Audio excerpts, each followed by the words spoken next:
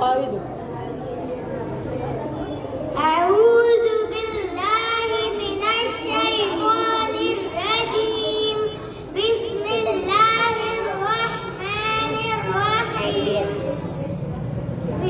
अव्वल कलिमा तय्यिब ला इलाहा इल्लल्लाह मुहम्मदुर रसूलुल्लाह सल्लल्लाहु तआला अलैहि वसल्लम।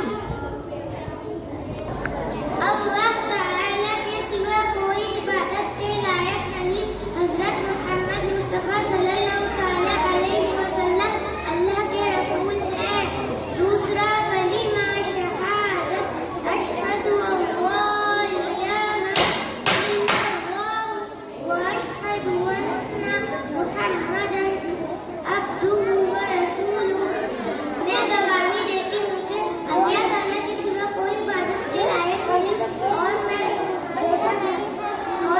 मैं गवाही देती हूँ कि बेशक हज़रत मोहम्मद मुस्तफ़ा सल्लल्लाहु ताला अलैहि वसल्लम अल्लाह के रसूल हैं। ज़ात बारी ताला क्या अल्लाह ताला को कोई शरीक है? अल्लाह ताला एक है, उसका कोई शरीक नहीं, न ज़ात में न सिफ़ात में। सवाल नंबर 2, इबादत का हकदार कौन है? अल्लाह ताला ही इबादत के लायक है, वही इबादत के मुस्तहिक है, उसी की इबादत की जाए, उसके सिवा कोई इबादत के लायक नहीं। सवाल नंबर 3, क्या अल्लाह ताला हमेशा से और हमेशा रहेगा? जी हाँ, अल्लाह ताला हमेशा से है और हमेशा रहेगा। वो किसी का मोहताज नहीं बल्कि सारा जहां उसका मोहताज है।